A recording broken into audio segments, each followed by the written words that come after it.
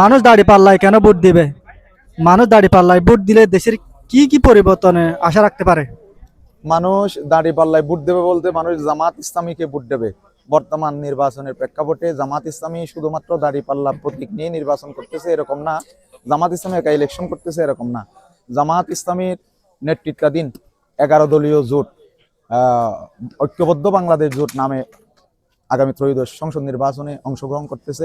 এই জোটের যে ম্যানিফেস্টো আমরা সেটা দেখলে অবশ্যই বুঝতেছি তারা দুর্নীতির বিরুদ্ধে, অন্যায় এবং অনাচারের বিরুদ্ধে, ইনসাফ এবং কল্যাণমূলক রাষ্ট্র প্রতিষ্ঠার জন্য কাজ করে যাবে যদি তারা সরকার গঠন করে দাঁড়িপাল্লা মার্কায় ভোট পেয়ে নির্বাচিত হয়ে।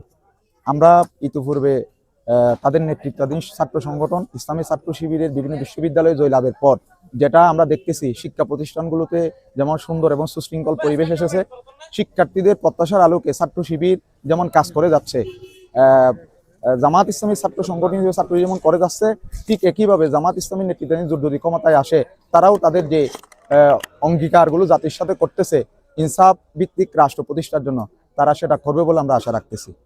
জামাত অবশ্যই হ্যাঁ ভোটের পক্ষে, কারণ আগামীর ইলেকশনটাই হচ্ছে একটা পরিবর্তনের জন্য ইলেকশন, 54 বছরের জঞ্জাল মুক্তির ইলেকশন। সেই হিসেবে জামাত ইসলামী হ্যাঁ এর পক্ষে, সংস্কারের পক্ষেই।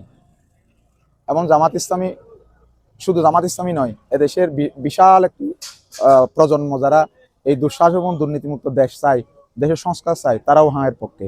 এবং জামাত ইসলাম হ্যাঁ এর পক্ষে, এই দেশের তারুণ্যও হ্যাঁ এর পক্ষে, আমি নিজেও হ্যাঁ এর পক্ষে।